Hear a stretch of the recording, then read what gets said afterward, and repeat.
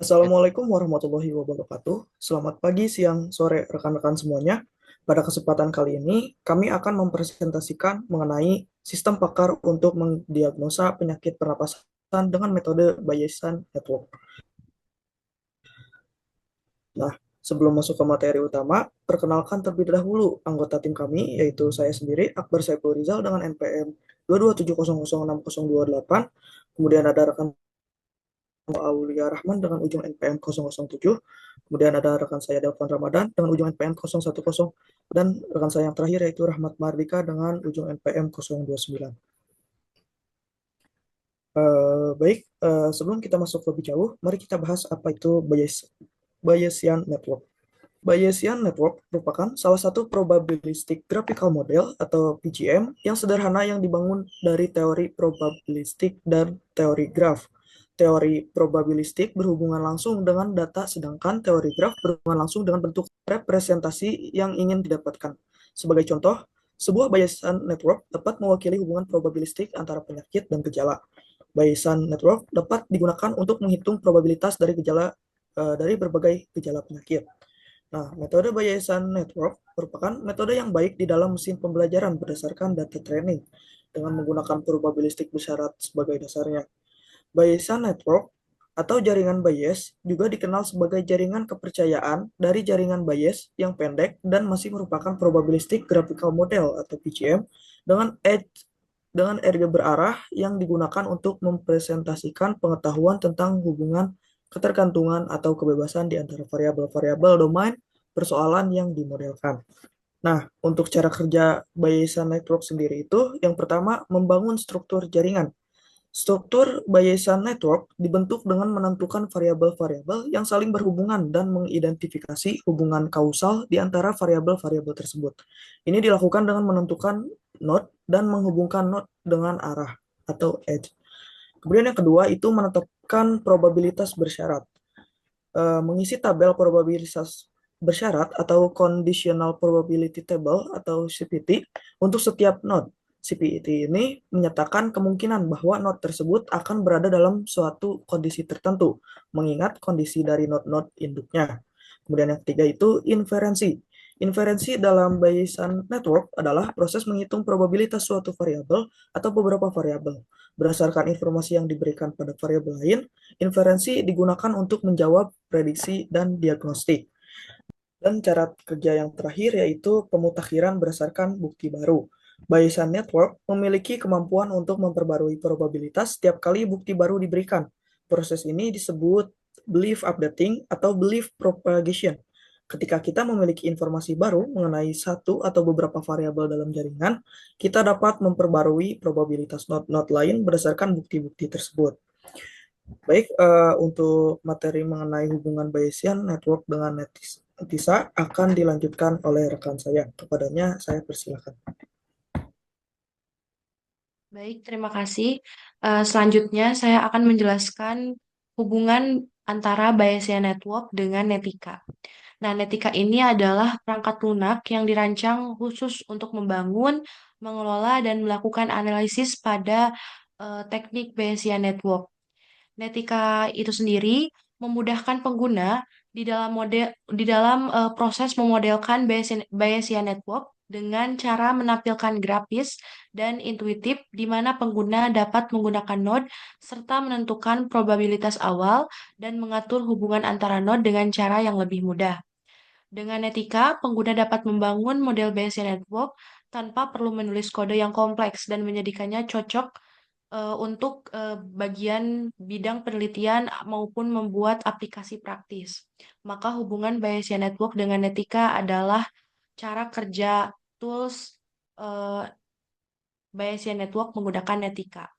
Lalu peran Netika dalam Bayesian Network yang pertama adalah untuk pembuatan atau visualisasi data. Untuk pembuatan atau visualisasi pemodelan, Netika itu membangun sebuah jaringan atau merepresentasikan variabel dengan menggunakan node atau simpul dengan cara menghubungkan antara variabel tertentu dan memvisualisasikan antara variabel lainnya.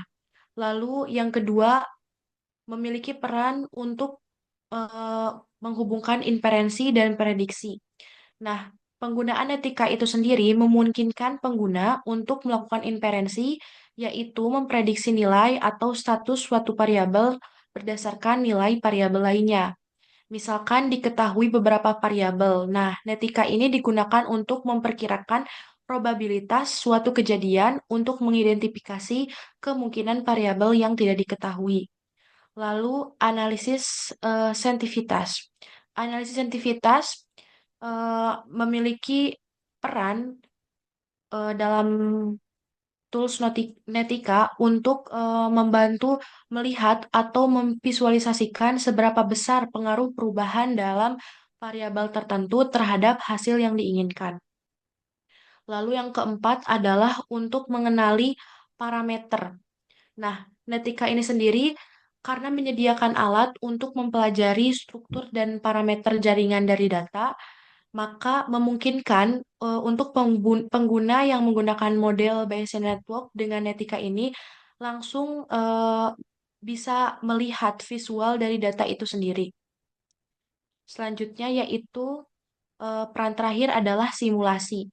Yang pastinya tools Netika ini digunakan untuk simulasi untuk merepresentasikan sebuah data.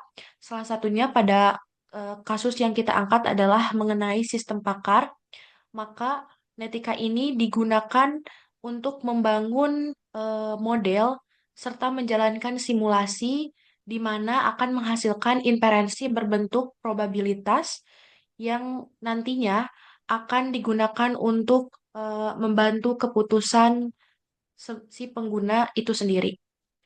Mungkin untuk pembahasan lebih lanjut akan dilanjutkan oleh rekan saya. Baik, terima kasih untuk Najwa. Sekarang saya akan lanjutkan untuk menjelaskan langkah-langkah instalasi Netika. Yang pertama yaitu masuk ke halaman norsis.download.html atau website ofisialnya dari Netika, lalu klik download untuk OS Windows. Yang kedua yaitu pilih tempat penyimpanannya ya, untuk menyimpan hasil downloadan, lalu lakukan instalasi. Selanjutnya, setelah selesai, buka folder yang yang telah diinstalasi, lalu klik aplikasi Netika. Apabila sudah masuk ke halaman Netika, karena ini versi limited, klik limited mode untuk menggunakan tools. Selanjutnya, pilih new net, dan tools sudah bisa digunakan. Untuk lingkungan kerja dari Netika tersendiri, yang pertama untuk antarmuka utamanya, ketika membuka Netika, pengguna akan melihat antarmuka yang terdiri dari beberapa komponen utama seperti toolbar yang di atas, area kerja utama, dan panel untuk mengelola mode. Antarmuka ini mendukung drag and drop sehingga memudahkan pengguna dalam menambahkan dan mengatur posisi elemen jaringan. Yang kedua, di toolbar. Toolbar menyediakan akses cepat ke fitur-fitur utama Etika, seperti membuat jaringan baru, membuka jaringan yang sudah ada, menyimpan jaringan, serta melakukan analisis seperti inferensi dan learning. Tombol-tombol di toolbar juga memungkinkan pengguna untuk menambah atau menghapus node, menghubungkan node, dan mengatur parameter-parameter dasar. Yang ketiga ada lingkungan kerja node atau simbol variabel. Setiap node dalam jaringan Netika mempresentasikan variabel acak yang memiliki beberapa kondisi atau nilai. Misalnya dalam diagnosa penyakit, node bisa merubah variabel seperti demam, batuk, atau influenza.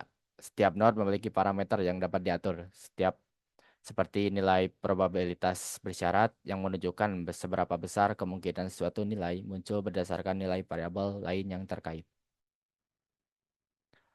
Yang keempat ada arcs atau panah kausal. Panah atau arc menghubungkan node satu dengan node lainnya dan menunjukkan arah hubungan kausal atau ketergantungan probabilistik. Misalnya, panah yang mengarah dari virus ke demam menunjukkan bahwa ada pengaruh dari variabel virus terhadap variabel demam. Yang kelima ada tabel probabilitas bersyarat atau Conditional Probability Table, CPT. Setiap node, setiap node memiliki tabel probabilitas bersyarat atau conditional probability table yang berisi nilai probabilitas untuk berbagai kondisi yang dimiliki node tersebut, tergantung pada nilai node lain yang terhubung. Yang terakhir yaitu keenam, inferensi dan learning. Fitur inferensi memungkinkan pengguna untuk menghitung probabilitas yang terlibat dalam jaringan setelah input diberikan pada satu atau beberapa node. Sedangkan learning adalah proses untuk mengestimasi atau memperbarui nilai CPT berdasarkan data empiris. Untuk selanjutnya saya serahkan kepada rekan saya. Baik, untuk selanjutnya terkait deskripsi persoalan kasus yang kelompok kami gunakan, yaitu sistem pakar untuk mendiagnosa penyakit pernapasan dengan metode Bayesian Network. Nah, adapun melakukan inferensi dengan menggunakan kasus ini, kita perlu mengetahui terlebih dahulu setiap variabel yang dibutuhkan diantaranya yaitu nama gejala dan nama penyakit yang sudah disediakan dalam bentuk tabel lengkap dengan kode gejala dan kode penyakitnya. Nah, sistem ini memungkinkan untuk mendeteksi penyakit pernapasan seperti asma, pneumonia, dan bronkitis berdasarkan gejala-gejala yang dirasakan oleh pengguna. Kemudian kita juga perlu mengetahui nilai posterior probability yang disajikan pada tabel berikut ini. Nah, adapun nilai ini berdasarkan perhitungan dari tabel prior probability yang sebelumnya sudah diketahui dari data atau dari seorang pakar penyakit pernapasan. Nah, misalnya terdapat seorang pasien yang mengalami gejala seperti demam tinggi, sesak napas, batuk, dan sebagainya dengan nilai yang telah dihitung, yaitu nilai posterior probability-nya adalah 0,88 atau 88%. Artinya pasien tersebut mengalami demam tinggi dengan probabilitas atau kemungkinan 88%. Lalu selanjutnya, solusi untuk penyelesaian kasus tersebut, kita membangun suatu jaringan Bayesian Network untuk mendiagnosa penyakit pernapasan, yaitu asma, bronkitis, dan pneumonia. Nah, jaringan Bayesian ini akan menggambarkan bagaimana keterkaitan atau hubungan antara suatu gejala dengan suatu penyakit. Contohnya di sini, gejala sesak napas berkaitan dengan penyakit pneumonia, bronkitis, dan asma. Nah, yang terakhir yaitu melakukan inferensi probabilistik. Nah, hasil perhitungan dengan gejala tersebut memiliki kemungkinan pneumonia sebesar 35,7%, bronkitis 39,3%, dan asma 71,3%. Hasil tersebut terdapat pada penyakit yang asma, yaitu yang sebesar 71,3%. Nah, sehingga kemungkinan pasien tersebut menderita penyakit asma. Untuk selanjutnya, kita akan mengimplementasikan kasus ini untuk menyelesaikannya dengan menggunakan tools Netika. Nah, berikut ini adalah untuk tampilan dari aplikasi Netika. Untuk membangun suatu struktur jaringan Bayesian seperti ini, kita membutuhkan beberapa unsur. Di antaranya yaitu seperti node, lalu ada panah untuk menentukan atau menggambarkan hubungan antara suatu gejala dengan suatu penyakit. Lalu yang ketiga yaitu adalah mengisi conditional probability table, yang dimana tabel ini menunjukkan seberapa besar probabilitas seseorang mengalami suatu gejala. Untuk contoh di sini, misalnya seorang pasien mengalami gejala demam tinggi, sesak napas, batuk, napas berbunyi, dada terasa sesak, dan sebagainya. Untuk probabilitasnya disamakan seperti kasus sebelumnya. Nah, selanjutnya yaitu mengisi conditional probability table dari tabel penyakit ini. Pada tabel penyakit ini terdapat hubungan dengan tabel gejala. Contohnya untuk tabel pneumonia ini, yaitu untuk gejala yang berhubungannya adalah demam tinggi, batuk berdahak, sesak napas, nyeri dada, menggigil kedinginan, dan kelelahan dan lemas. Nah, gejala-gejala ini merupakan gejala yang dialami oleh seseorang yang mengidap penyakit pneumonia. Oleh karena itu, ketika nilai dari setiap gejala ini adalah ya, maka probabilitas seseorang mengidap penyakit pneumonia yaitu 100%. Jika nilainya hanya 5, maka nilainya yaitu 5 dibagi 6 karena totalnya ada 6 gejala. Hasilnya yaitu 0,83 atau 83%. Nah, jika tabel probabilitas telah diisi, selanjutnya yang terakhir yaitu menekan tombol compile net yang ada di sebelah sini. Tujuannya agar tools Netika ini melakukan inferensi dan melakukan perhitungan berdasarkan probabilitas yang diinput pada bagian gejala ini. Sehingga tools Netika ini akan menghitung berapa persen kemungkinan seseorang mengidap penyakit pneumonia atau bronkitis atau asma berdasarkan probabilitas gejala yang diinputkan oleh pengguna. Untuk pemaparan tools Netika, saya rasa cukup di sini. Saya kembalikan kepada moderator. Baik, terima kasih kepada rekan-rekan saya yang telah memaparkan materinya. Demikian presentasi kami mengenai sistem pakar untuk mendiagnosa penyakit pernapasan dengan metode Bayesian. Kami berharap penjelasan ini dapat memberikan pemahaman yang lebih baik tentang bagaimana metode Bayesian bekerja dalam membantu diagnosa penyakit pernapasan. Terima kasih atas perhatian dan kesempatannya. Mohon maaf bila ada kesalahan kata. Wassalamualaikum warahmatullahi wabarakatuh.